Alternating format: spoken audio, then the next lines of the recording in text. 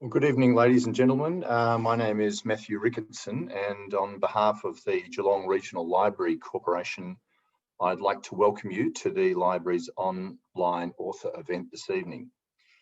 The Geelong Regional Library Corporation acknowledges the Wadawurrung and Eastern Maar original owners of the lands on which our library services operates. We pay respect to the Wadawurrung and Eastern Maar elders, past, present, and emerging. We acknowledge and celebrate First Nations people of this land as the custodians of learning, literacy, knowledge, and story. Just before we begin tonight's session, just a couple of housekeeping reminders. You can participate in this live webinar by clicking on the Q&A button at the bottom of your screen and typing your question or comment. You may need to touch your screen to see the Q&A function if you're using an iPad or an iPhone tonight. Also, this webinar is being recorded, and if you'd like to watch this discussion again or to recommend it to friends or family, it will be uploaded to the library's YouTube channel within the next couple of days. So just before we begin, just a very brief little bit of background about myself. My name is Matthew Ricketson. I'm a professor of communication at Deakin University, and in my working life, I began working life as a journalist for several years with various newspapers like The Age, The Australian, Time Australia magazine. I then moved into the academy to teach journalism and to research journalism, and went back into the industry for a while and then back into the academy, and that's where I am now at Deakin University. And Deakin, as you probably know, is always happily involved and engaged with events at the GLRC, as we obviously have our home campus, our original campus in Geelong out at Warren Ponds. It is now my very great pleasure to introduce one of this country's genuine national living treasures. That's Barry Jones, to talk about his new book, What Is to Be Done. So I'd like to welcome Barry. He is genuinely one of those people for whom no introduction is needed. I won't read or extemporize from his very extensive biography. I will simply mention two things. The first, in case you didn't know, Barry is actually originally a Geelong boy. And the second, which I thought I would just briefly read to you a short excerpt from one of the late John Clarke's Q&A mock interviews that he used to do with Brian Dorr.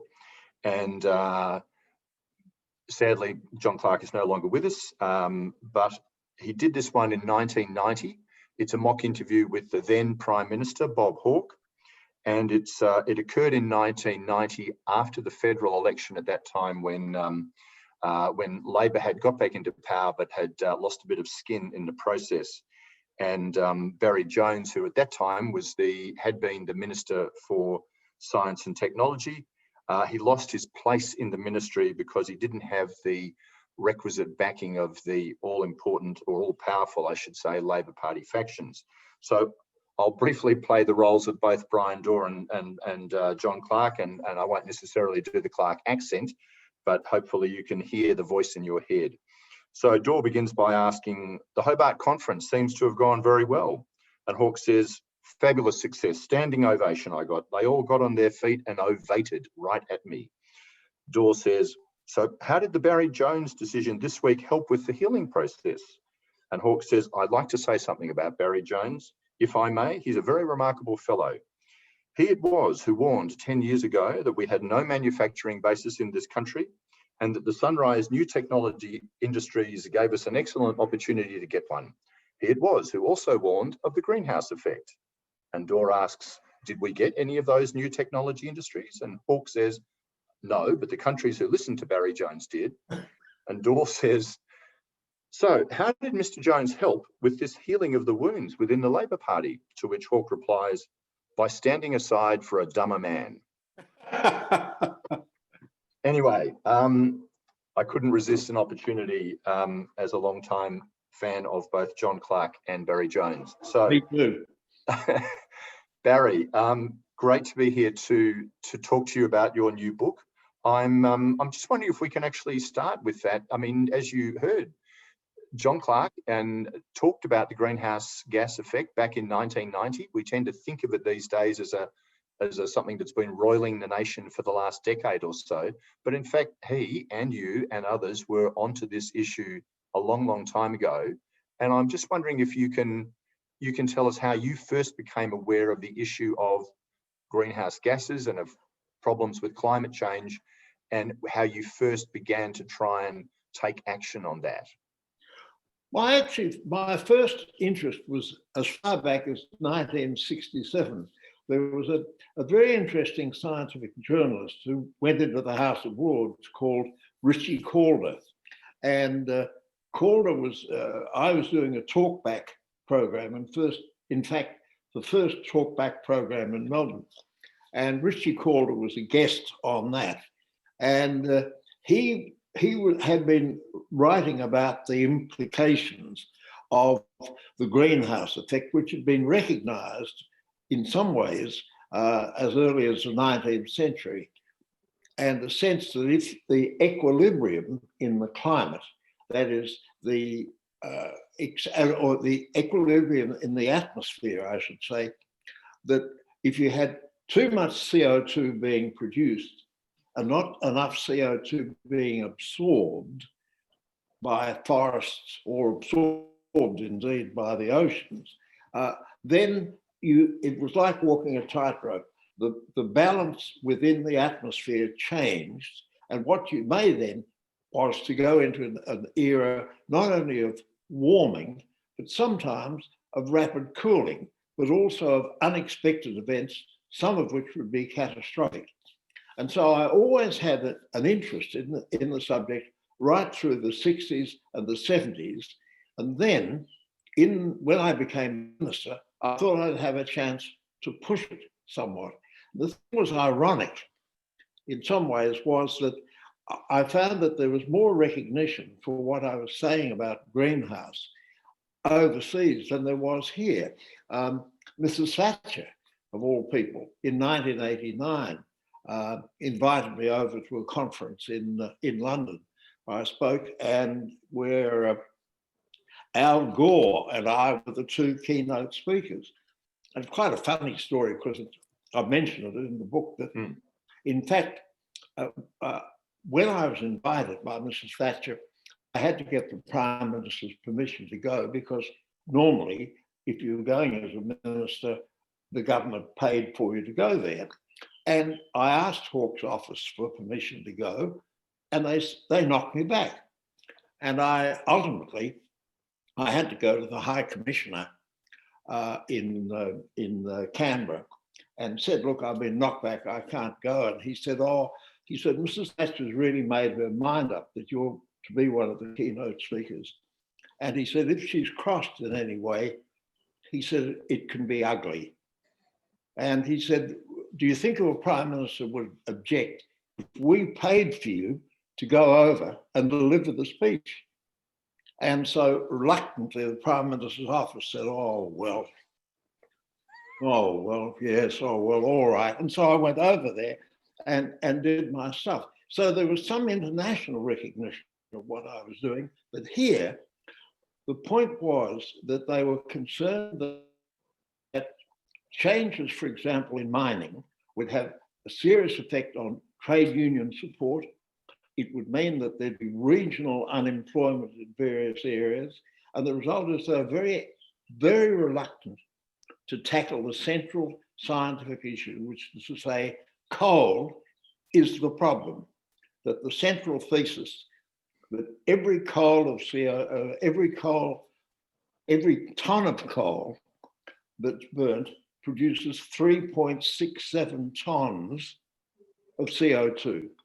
And that CO2 hangs around in the atmosphere, not exactly sure how long, certainly for many decades, perhaps even centuries.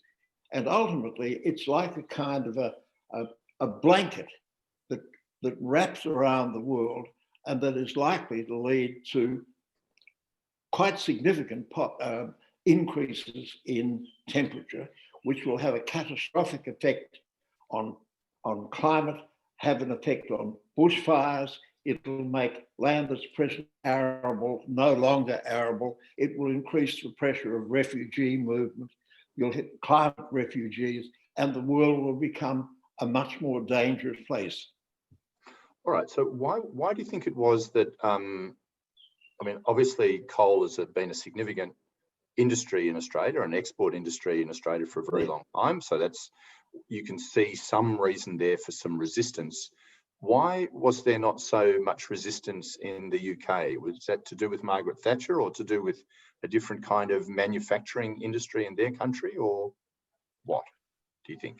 I think that in Great Britain, first of all, I think there was a willingness to grasp the science. Mrs. Thatcher had, in fact, a science degree from Oxford. She understood really what the issues were. But I think there was a recognition that if you were going to develop a new kind of industrial base, it couldn't be based on the old industries. You had to make a dramatic transformation. Part of the problem we had, and I have to pay a tribute to somebody who wrote before I did, the late, great Donald Horne, in his book, The Lucky Country. And in The Lucky Country, he pointed that the great problem that Australia had, this is writing in 1965, as he said, you had a rather mediocre leadership in Australia, but where you had a great tradition of luck, that we'd face a crisis, and then when we thought there was a crisis, we'd find something. We'd find offshore oil, or we'd find offshore gas, or we'd find minerals that we hadn't thought were there. And you think, we don't really have to rethink a new direction because we've got stuff to dig up.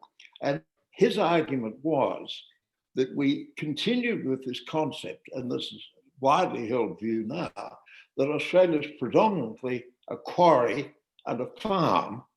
And while we've got a handful of people living in cities, that probably only about 90%, they don't make much of a contribution to the economy. The real economy is out in the mines and out in the farms. And that's an absurdity.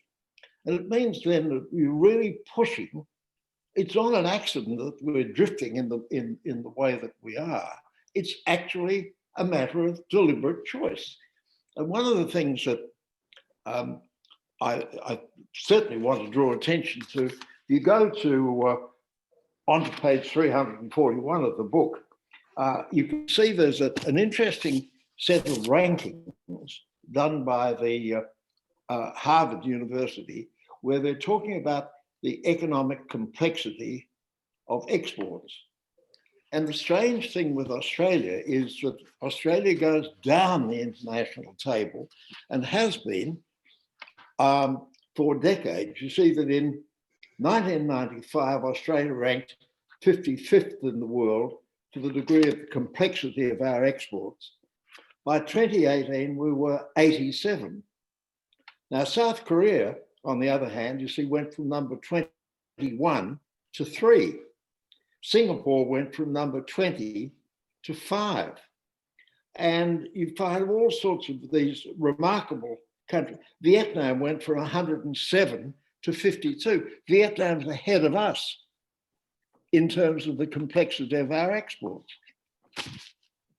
So so the result is that, and you find that the pressure that's exerted, the role of vested interests in persuading governments, the way in which they're to go, the way in which they're going to choose their election policies and so on, what they're going to run election campaigns on, is very much dominated by the fossil fuel industry. And the Labor Party, part of which I've devoted 70 of my years to membership, rather too long, I think, in the circumstances, the Labor Party, in a way, is too chicken to break away from that. because you can see that there's a deep division within the party to say, oh, look, we can't give up our traditional mining base because we might lose a seat here or there. And the difficulty with Labor is that it's become, in some ways, paralysed by indecision. And I mean, I was arguing at one point that if we had a truth in politics legislation, we might compel the political parties to change their names, that we could, the Liberal Party would be called the Self-Interest Party, the National Party could be called the Coal Party, the Labor Party could be called the Tepid Party, and the Greens can be called the Pure Party, because they're in the fortunate position of never being likely to form government. And because of that, there are a whole lot of issues that they don't need to engage in, because they can say, well, we're selective in the kind of issues that we want to be involved in.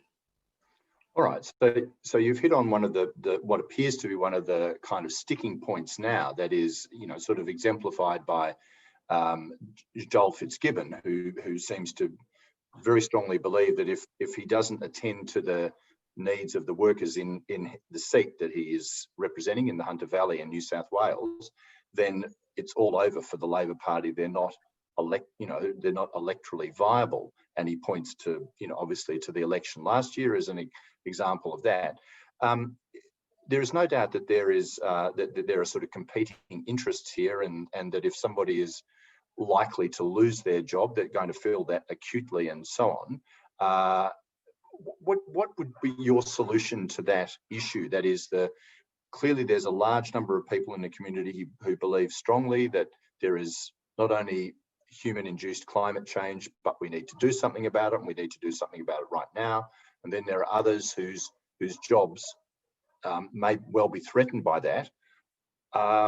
What would be your solution to that? And secondly, what would be the solution to the, if you like, the way in which the party needs to speak to the broad population about the issue?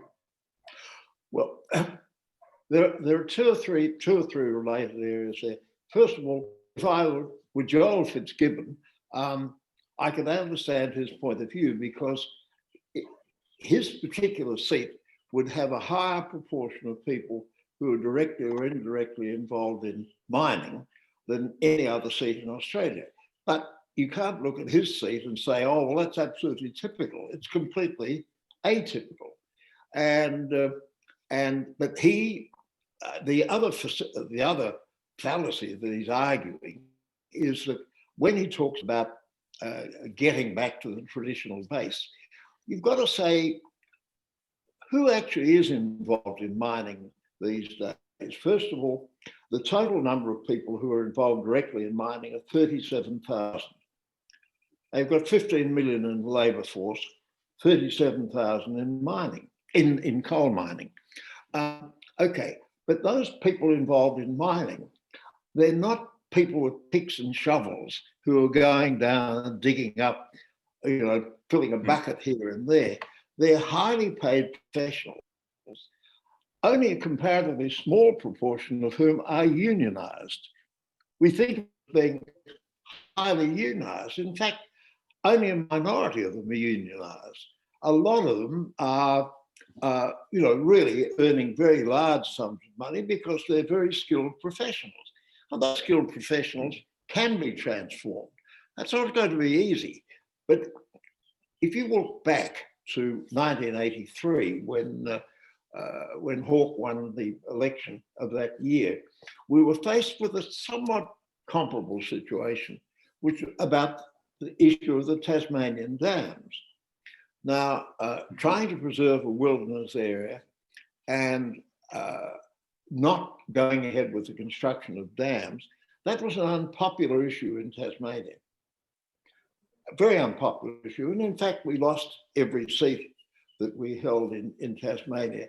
But Hawke took the view, first of all, he said to the people of Tasmania, we're going to do something that you won't like. In the end, you will come to recognise it's the right thing to do, but we're acting on a matter of principle. And within a few years, we won all those seats back. And it needs somebody with that gift that Hawke had. I mean, I had, goodness knows, a pretty poisonous relationship with Hawke at a number of levels. I mean, basically, he couldn't stand it. But I'd have to recognise he had that astonishing capacity to be able to reach out to people. I mean, his own electorate had a higher proportion of people working in the clothing industry, people who were making shirts and underpants and so on at very low wages and very poor working conditions. And he said to the people in his own electorate, look, because we're moving away from dependence on tariffs, your working lives will change directly. It's going to be difficult for you, but you have to really take that serious issue of what you think your children and grandchildren are going to be doing. Do you think they're going to be working, sewing up skirts, or do you think they'll be doing something else? And the result was, if you take a courageous view, and this is what our political leaders at both sides are incapable of doing, if you take a courageous view, you can win people over. It's not easy. You've got to keep arguing and arguing and arguing. There are two or three things that I think are disastrous about our current politics. First of all, we really have lost the capacity to carry out serious debates on issues. I'm very much concerned about the fact that when I reflect and I look back at my long period in first in the state parliament, then 20 Commonwealth Parliament, we used to have very significant debates there because you had people in the parliament who were there, not because they were pursuing a career in politics, in inverted commas, but because they had a commitment to some particular cause. It might have been white Australia, it might have been multiculturalism, it might have been law reform, but or it might have been, something like the improvement of the national health system, but they were committed to an idea. But when you reflect now, you realise that we've got a part-time parliament. People don't realise how little the Commonwealth Parliament sits compared to other stages. I mean, leave aside 2020. What did it used to be? Well, what did it used to be, Barry? When you were a parliamentarian, how often would you have met or been in Parliament? We didn't all that much then either. I mean, the average number of sitting days in the Commonwealth, going back to 1901, is only 67 days of the year. In New Zealand, it's 93 days. In Britain, it's 150 days. The US House of Representatives, the Japanese Parliament, about 150 days. See, what's happened is that political parties, both governments, both sides, simply regard parliamentary sittings as a confounded nuisance. They see the lower house as being a bit like an electoral college that certifies the election of the executive. And then they say, well, look, we have to go through occasionally this charade of question time and the rest, but the important thing is we'll make the decisions. And the Parliament never really discusses it. I mean, if you take an obvious issue, if you take the question of the famous submarines, the contentious issue of the submarine, it's never been debated in the Parliament. And you think, how many submarines do we need? Do we need 12? Well, why 12? Why not 14? Well, why not 10? Who knows? There's never been a debate because the line that both parties take is say, nothing to do with the Parliament. The government will make the decision here, and then they simply will present a cheque, as it were, to the Parliament and say, well, just wave it through.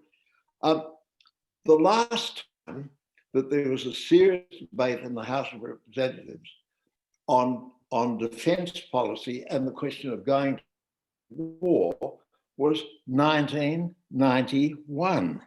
I mean, you've had for 30 years. Was there ever a serious debate about Afghanistan?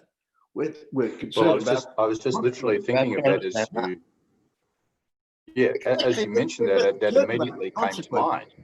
We've never had a proper discussion about what we're doing there. And the other two problems, of course, that really concern me more than anything else, is first of all, there is this failure to have serious debate, and indeed to feel that serious debate is irrelevant. What you do is people come into the parliament, they've got a whole series of dot points, and they simply read the dot points. Nobody listens to what anyone else is saying. So the whole idea of debating is completely falsified. They simply talk in cliches. The other thing that concerns me a lot, and I suppose this is one of the central themes really running through the book, is that the major mistake I made when I wrote Sleepers Wake back in 1982, I got it right in saying that I thought there'd be a digital revolution, that increasingly people would have access to all the knowledge of the world, and it'll be in a handheld device they could reach out, and all of the wonders of the world were there. And I assumed from that it would mean that the quality of political discourse would become better. We'd become much better informed, much more critical, much more open to ideas, and it'd all be intellectually very exciting. Wrong. What in fact has happened is that access to digital information was certainly very democratic in the sense that everyone could have his own opinion.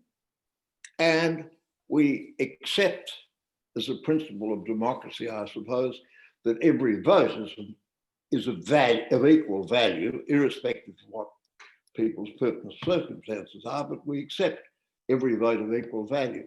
Does that mean that every opinion is of equal value, so that the view of the vaxxers and the anti-vaxxers have got to be regarded as being of equivalent weight? That you've got a whole lot of empirical evidence about vaccination, and you've got a lot of absolutely fanciful stuff to say, well, that's the democratic way. You can work out yourself what you want. So information and disinformation are more or less of equal value. And that means two things. We've lost the sense of accountability. Ministers no longer walk the plank because they've done something dumb or stupid. They say, oh, well, that's just the way things happen. Too bad, try again. As Samuel Beckett might say, fail again, fail better. And so the result is that we've got a very low level of accountability, and the level of debate is appalling, and you've got a withdrawal from the political process. I mean, my calculation is that, see, with our 15 million voters, if you took the number of people who are politically active within the major parties, all of which are closed corporations in effect, I think the actual number of people who are actually living would be about 30,000. Now, in other words, that means you've got 99.8% of the people say, well, yes, we'll go along and vote. We might vote with pegs in our noses, but we'll vote. But get involved in the political process. Give me a break. I don't want to touch it. It's awful. And the result is that you then get what is in effect two small, a number of very small groups who make fundamental decisions and then say, well, the electorate's just got to wear it. And it's how absurd to find that voters in effect say, well, we're outnumbered. There's 30,000 of us and there's only 15 million of us. I'm interested, I'm interested, Barry, in how we, in a sense, got there. What are some of the forces, whether it's in the way in which Parliament's conducted or the role of the media or the role of education or whatever, has led to that decline. And I should just add, as we're going on, before you answer that if anyone who's here tonight wants to ask a question, please, you can do so. Put it into the Q&A section. I've already got a couple which I'll come back to after Barry's answered this question, but we do welcome your questions, and so I'll come back to that. But Barry, what are your thoughts as to how we got here? What are the main forces driving that? I can identify several factors. Now, I've got to say at once that it's not a phenomenon confined to Australia. You find very similar situation in other countries. I mean, when you reflect that in Great Britain, for example, now the leader of the Conservative Party is, and essentially of the Labor Party as well, the leader of the Conservative Party is determined by a vote of the rank and file membership of the party. But in Britain, the total membership of the Conservative Party is less than the waiting list for the Melbourne Cricket Club. You've got very tiny numbers, and yet here you have a figure who emerges who's one of the significant world players. I mean, he's not doing very well, but he's a significant world player, and it's determined by really a comparatively handful of people. But I think what's happened is that in some ways, the revolutionary increase in the number of universities, the fact that we have in Australia now 6.9 million graduates, but those graduates on the whole, in some ways are very competitive, but they're competitive not as citizens, but within their professional roles. I think you've got a fragmentation of effort, so that a lawyer wants to be the best lawyer possible, the surgeon wants to be the best surgeon possible. That's understood. And if you say, have you got time to be a citizen as well? Then they say, well, I'd have to give something up. If I was going to make a serious contribution to public life, I'd have to either abandon my career, abandon my income, abandon my prospects, and that's a daunting thing to do. Back in the days, let's say when I was in the Parliament first, you had people who had really come into the Parliament because they'd often been damaged by their experiences. I was very struck when I was in the Parliament first of the number of colleagues that I had who might be missing an eye or might be missing a couple of fingers or had a damaged leg or a damaged hip, that they were people who had life experience, which was damaging, and they said, this is not going to happen to the next generation. And it's astonishing, if you look back at the time, say, when Menzies reinvented the Liberal Party, unbelievable to think that back in 1950, you had 11% of the total voting, the total people who voted for the Liberal Party in 1950, 11% were in the party. That's to say 4% of the total population of voting, so that they had a personal sense of personal involvement. Now they say, well, we delegate the decision making to someone else, and we live our lives in and through, often, through social media. All right. So one of the questions I've got for you is from, goes back in a sense to your early work on Sleeper's Wake. It's to do with the continuing advance of automation of all sorts of industries and all sorts of aspects of our lives. And so I think it's Tony, but I'm not sure if I got the name correct, asks what then this is should we think about the argument for a universal basic income, which has been pushed by some and connected to the kind of spread of automation and the prospect that more and more people are going to have their jobs taken by automation? Well, on the question of the totality of work, I think that in fact, what the phenomenon we have is that the quantum of work is in fact increasing. Now, we're not quite sure what's going to happen after the impact of COVID this year stopped, to stop that process of natural development in its tracks.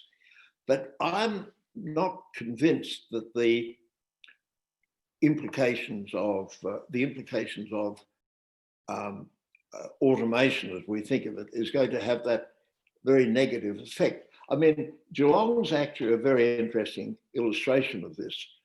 When the first threats came out to the Ford Motor Company, which was the biggest employer by far, when it looked as if things were going pear-shaped for the Ford Motor Company, there were a lot of people who said, "Oh, this is an indication of disaster for Geelong." But then you see, when Deakin University came along, when you had the development of medical and other specialities in the area, in fact, you have far more people employed at the high end of professionally than you imagined before, and that the population, if you compare what the population of Geelong was like when I grew up as a kid, and the population of Geelong now, the quantum of work is far greater than it was before. And I'm not so sure that there's going to be that collapse.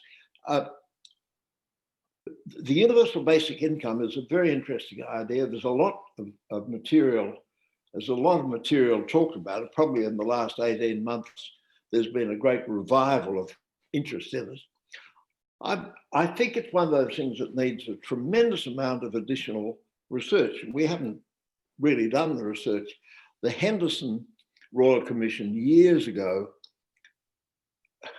looked at it, was slightly equivocal about the whole idea of universal basic income, because there are two problems that have to be addressed with UBI. One is, it's obviously, it's an attractive from a government point of view, because instead of having 57 different varieties of pensions and so on, you're able to level it all out. But it also works on the basis that there's probably some basis of uniformity about the rate at which, some sort of uniformity about the rate at which a benefit can be paid, and that flattens it out. And in fact, if you look at individual needs, if you look at the needs of say a family which has got, we'll say, a couple of disabled children in them, it's very difficult to work out a formula that says, well, look, we can apply it right across the board, and it's just a matter of getting a numerical, plucking a figure out with a computer. You've got to look at the sensitivity of the individual differences involved. The second thing is there's some concern, and there was a particularly powerful New Yorker article on this sometime last year, that concern in some area that the use of the UBI might have the effect of flattening the labour market generally. In other words, that you say, well, you've got a good fallback position, but there's not much prospect of but wages are likely to keep flatlining. It may contribute to that, and that may that may have negative effects that we don't anticipate. But the short answer is, and I'm sorry I've given rather a long, elaborate answer, the short answer is it needs a lot more work. It's certainly something that needs to be explored. It may need, a Kenneth Hayne or something like that to really look at it very, very seriously without any kind of preconceptions. Okay, so that question, sorry, I should have said before I got the name wrong, it was Tim, in fact, who asked that question Thank you for that. So just picking up on the next question, which is from Peter, and it tacks back a little bit to what you were saying about the university in Geelong, and how, in fact, that has been created a boon, if you like, for employment, particularly in the sort of professions and so on. The question that Peter's asking is about the so-called jobs ready package that the federal government has passed through the parliament recently, and what impact do you think the very large increases in fees for some of those courses, particularly the humanities and the arts and communications, which is the area that I'm involved in, and much less increase, even reduction, in some of the STEM courses. And what appears to be going on the part of the federal government is that they're trying to sort of pushing people into one area and pulling them out of another area. And there's already been some commentary about how maybe this is not going to work the way they think it is. But I'm just interested, well, Peter is interested, as am I, in your thoughts on that package and what it might mean for young people coming into universities and studying. I'm very concerned about it at a number of levels. Universities, in a way, have been hung out to dry, and I think humanities courses in particular. The other area that's been particularly hard hit has been the arts generally. When you think of the role of the arts and music and so on, where you've got people who are not generally regarded as employees in the traditional sense, they're very hard to classify, but who are dependent on, a continuity of work, and work that by its very nature is not likely to be permanent unless you're lucky enough to be in a long run of Matilda or something like that. Or the mousetrap. But the arts are in a particularly vulnerable position, and the problem with the singling out the humanities is there's an implication that really the role of the tertiary sector, the role of the university sector, is to service the economy of the near term period. And that's something that worries me a lot, that when you reflect that, somebody who's about to graduate in a couple of years, the labour market of 2022 or 2023 is going to be radically different from the labour market of 2050 or 2070. And you've got to really think about the development of human capacity at its highest. And I'm particularly outraged at the sense that the kind of things involved in the humanities, i.e. the things that understand what humans are all about, how humans operate, how humans think, how humans form their view of the world, how they form their relationship with other people.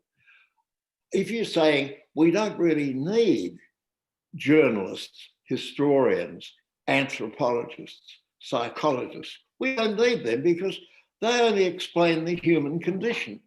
We need people who are job ready, who can leap straight in to an existing industrial form. If you get a job as an accountant, well, yes, you hop into accountancy firm. That's right, we'll support that.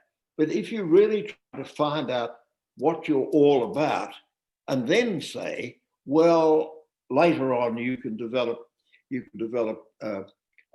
other levels of skill. That really does appall me. The thing that really struck me, particularly with my work as when I was Minister for Science, but I was struck by how many people often had begun their careers in some other kind of area, that they hadn't always said, I'm going to be a molecular biologist, that they'd started off in some other area and then they moved on. it's amazing, for example, how many people I found in some of the really quite great scientists have had. I mean, JBS Haldane was a classic example. His degree was in classics, and yet he went on to become one of the great scientists of the 20th century. But his fundamental degree was in classics. And in the period when I spent a couple of happy years as a visiting fellow in Cambridge, I was struck by the number of people who had that background knowledge, which was really where they had a profound knowledge of music, or they had a profound knowledge of painting, or they were very widely read in Shakespeare or in Montaigne and so on. And we're really getting to a very utilitarian view of what tertiary education is all about. And that's appalling, because it means that we never get to the stage of really enabling people to reach their full potential as humans. Well, there's what you're saying reminds me of a quotation. It's often attributed to Albert Einstein, but I think it's someone else originally who said it. But it's to the effect that not everything that can be counted counts, and not everything that counts can be counted.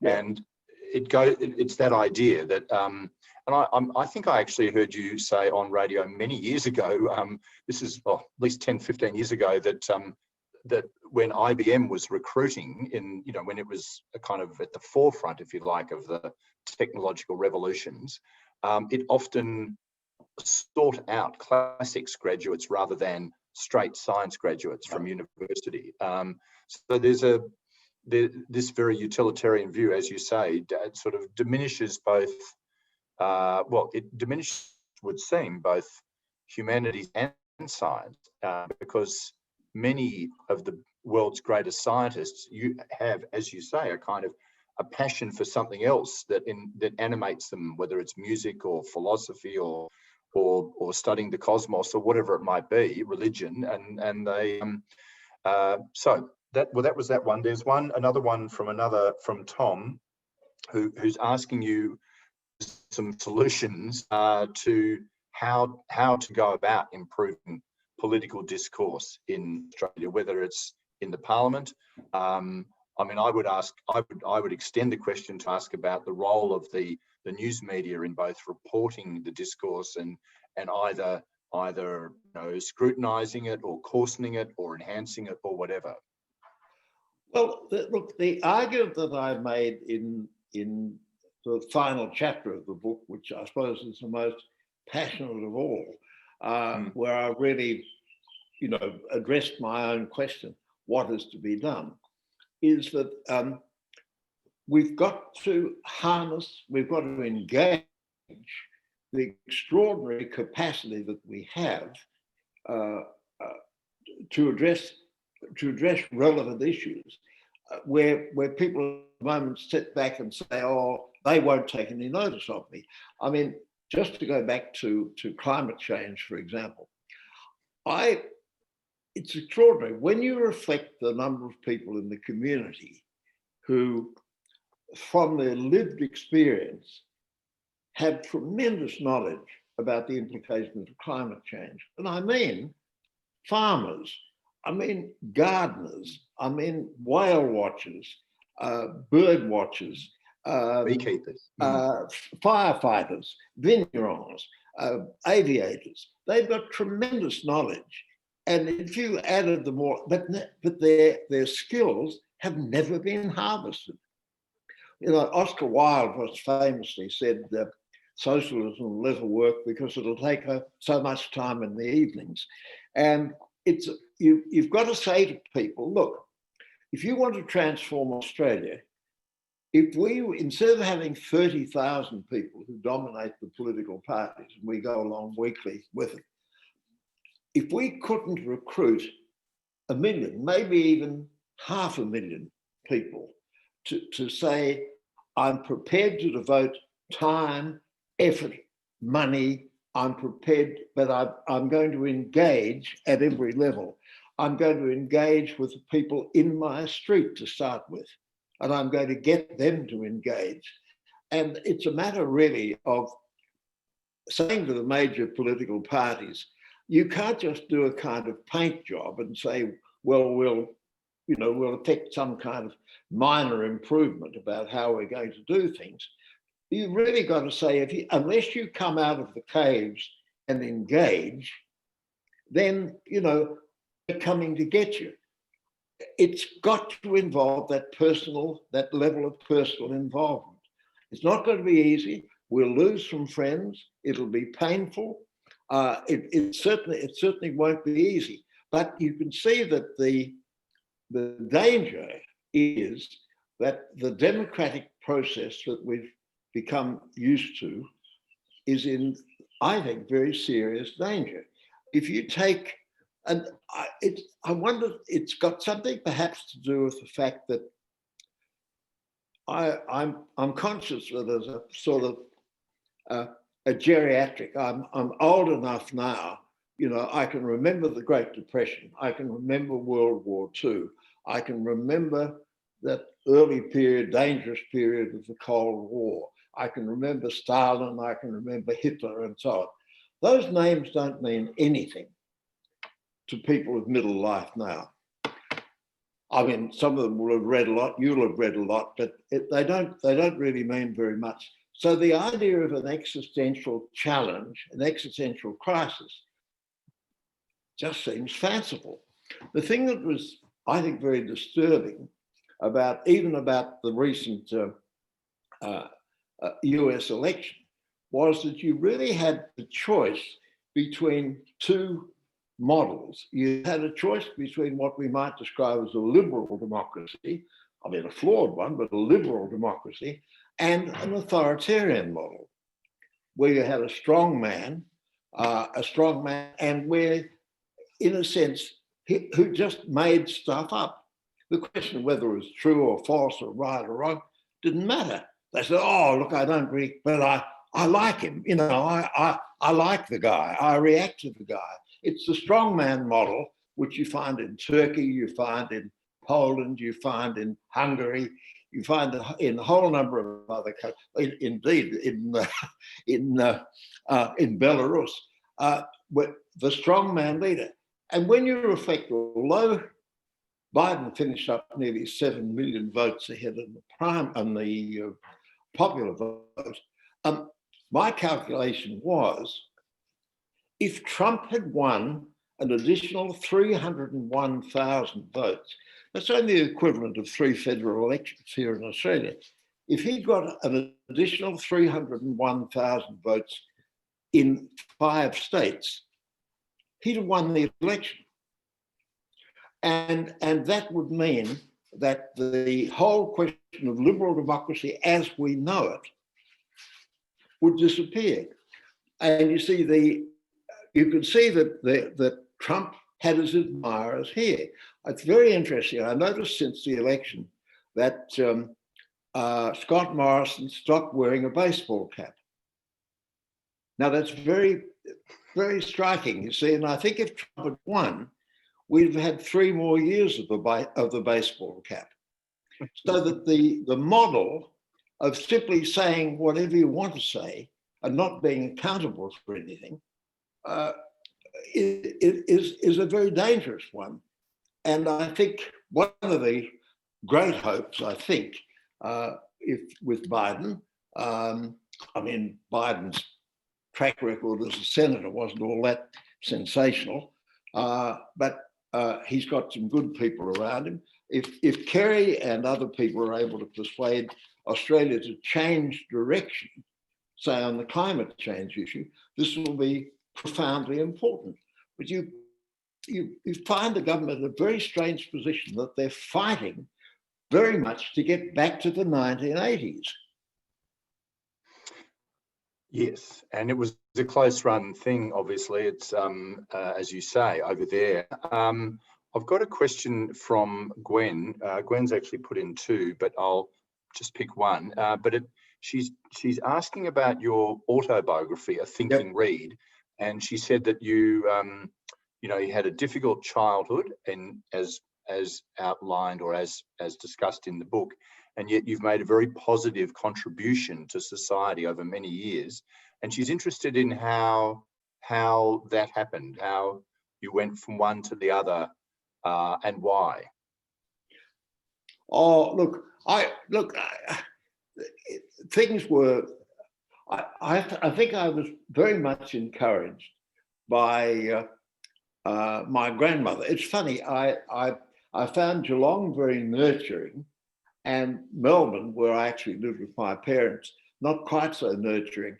But when I'd get on the flyer and come down to Geelong, which I invariably did for holidays, I had relatives of that earlier generation, my grandmother and her sister and her brother and so on, who were very nurturing and very encouraging.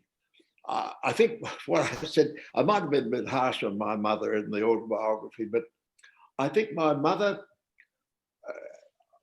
my experience in a way was parallel, I think, a bit like Alan Clark. Alan Bennett. I'm not in Alan Bennett's class, but Alan Bennett, used to say about his parents that they'd always say, look, keep your head down, don't draw attention to yourself, don't do anything to make people think you're out of the ordinary. Whereas when I went down to Geelong, my grandmother in particular was always encouraging me to do things, to say things, to explore things and so on. So the result was that the reason I have such deep affection for Geelong, although I haven't lived there very much, is that I associate it with nurturing. And in a way that I was nurtured more, I'd say, than I was in Melbourne. And of course, that period of World War II, my father goes away to the war, then he comes back. Like so many marriages at that stage, things went pear-shaped within the family. And I think it was that kind of encouragement I had down in Geelong was tremendously important. Okay, all right. Well, look,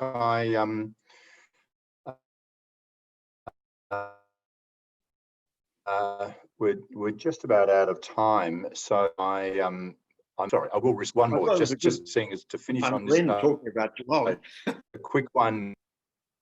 Yeah.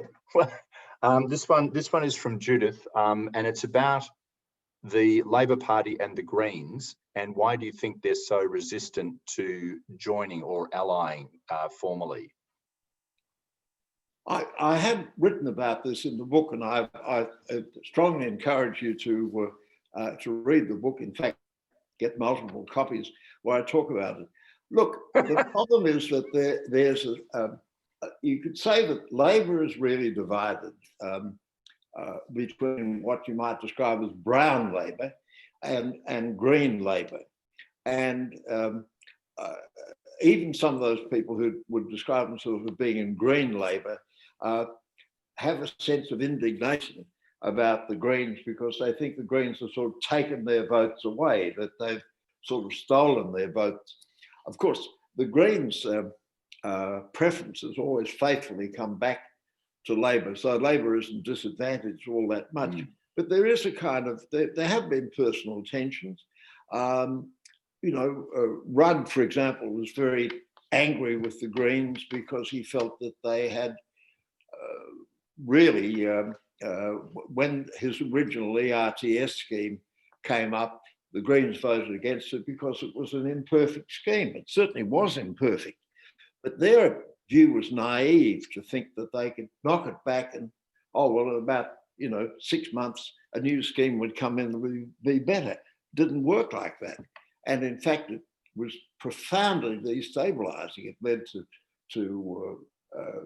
Turnbull losing the leadership for the first time and so on.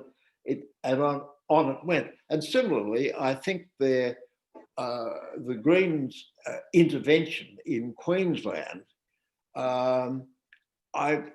it may be going too far to say that it changed the result of the whole election, but it certainly made it harder.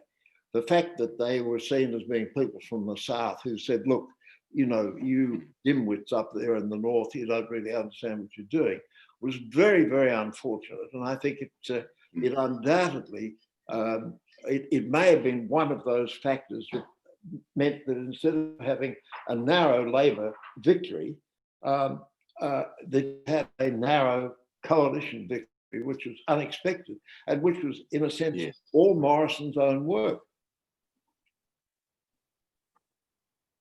Yes, and so in other words, still a lot more work to be done there. I will now call time because we are over time, and I wanted to thank you very much, Barry, for a really terrific discussion this evening.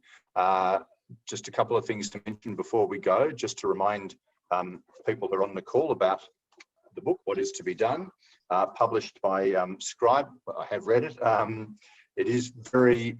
It's chock full of very provocative information, thoughts, and lots of material there to get your teeth right into.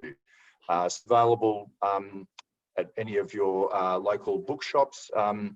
It's also available to borrow from the Geelong Regional Libraries.